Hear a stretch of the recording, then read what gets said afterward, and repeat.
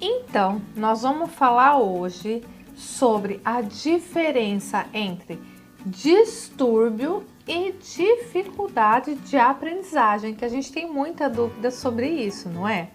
Então, primeiro, nós vamos falar um pouquinho sobre dificuldade de aprendizagem. Então, olha lá, aprender, gente, é um processo assim muito antigo, é desde lá dos tempos primitivos.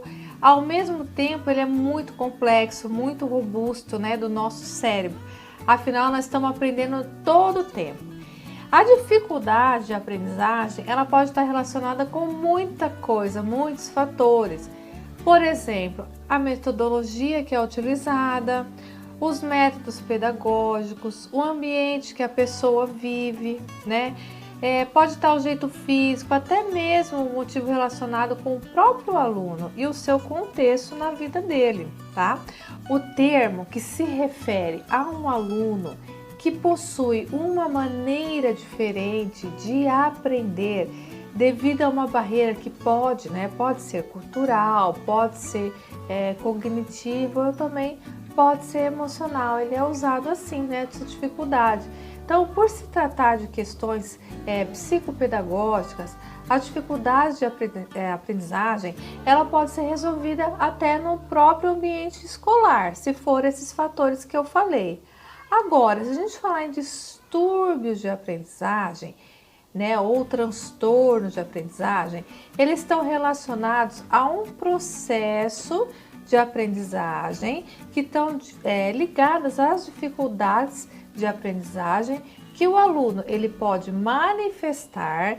Entretanto, eles correspondem a um padrão que ele é muito abaixo da expectativa em relação à capacidade cognitiva e esperada para aquela etapa escolar.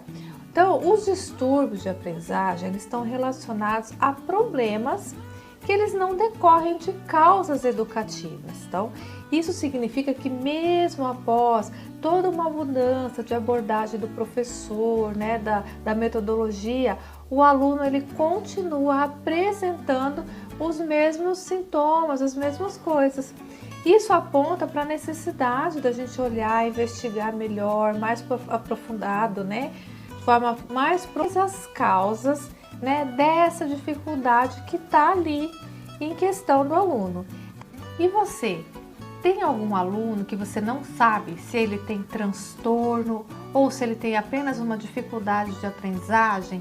Qual que é a sua dúvida? Compartilha aqui nos comentários para a gente poder trocar as ideias aqui no nosso canal, ok? Então, essas dificuldades, elas são assim muito pontuais, muito específicas. Elas são caracterizadas pela presença de uma disfunção neurológica e geralmente ela está associada, né, a algum comprometimento no funcionamento de algumas áreas do cérebro. Só que é arriscado a gente falar somente de uma causa biológica. Por quê? Porque normalmente alguns alunos que eles apresentam os sintomas relativos a problemas de atenção, por exemplo, problemas de ansiedade, de agitação, eles desenvolvem esses problemas por causa de alguns conflitos, podem ser pessoais ou podem ser familiares, e não só por causa da parte neurológica, fisiológica, né? E quais são os principais distúrbios de aprendizagem? Alguns exemplos a gente pode colocar aí de transtornos de aprendizagem que são super conhecidos. Por exemplo, a dislexia. Então, eu vou falar isso mais detalhado em outro vídeo, mas vou falar um pouquinho assim por cima agora, tá? Dislexia, onde os alunos eles enfrentam esse distúrbio, né? Eles apresentam normalmente, tipicamente, a dificuldade quando vai ler.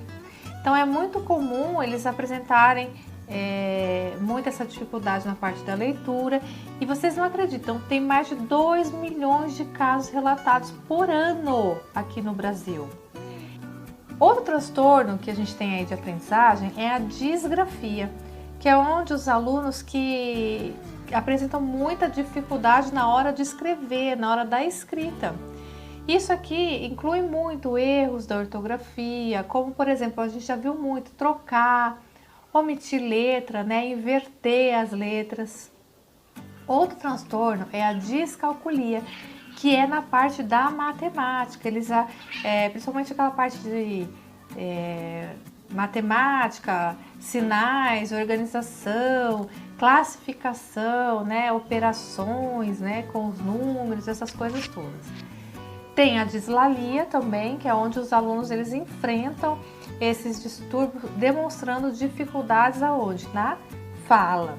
Então, eles podem ter alterações, né, na formação normal, nos órgãos fonadores, né, onde a gente fala, e dificulta a produção de certos sons por causa da língua.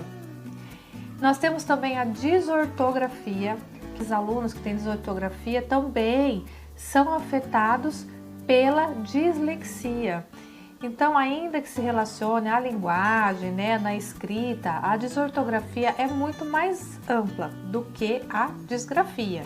Ela pode envolver desde a falta de vontade de escrever até a dificuldade em concatenar as orações. Nós temos o TDAH, né, que é o transtorno de déficit de atenção e hiperatividade, que é muito conhecido, que é onde os alunos ele não têm muita concentração, tem baixa concentração, eles são muito inquietos, eles são muito impulsivos, né? Então, foi constatado já que o TDAH, muitas causas normalmente são genéticas e tem sim implicações neurológicas. Ele é conhecido pela Organização Mundial da Saúde como um transtorno legítimo, realmente dá para ver através de exames. Então, como que a gente diagnostica esses transtornos de aprendizagem? Então, antes de lançar, gente, qualquer possibilidade de diagnosticar, de medicalizar esses alunos, né? A gente tem que passar, sim, o aluno por uma avaliação multidisciplinar, ok? Com profissionais na área da saúde. Quem são esses profissionais? Médicos, neurologistas, psiquiatras, psicólogos, psicopedagogos e até fonoaudiólogos, certo? Então, todo mundo tem que avaliar essa criança para poder verificar se existe sim algum transtorno de aprendizagem. Então, é uma medida que é indispensável, porque as avaliações a gente faz com um ou com dois são muito superficiais. E aí, o que acontece? Pode causar um aumento dessas crianças, desses adolescentes, né? Que às vezes não tem exatamente esse transtorno, é apenas uma dificuldade e acaba tomando medicamento sem precisar tomar o medicamento. Então, por isso a importância de diversos profissionais envolvidos, ok? Quero agradecer a todos.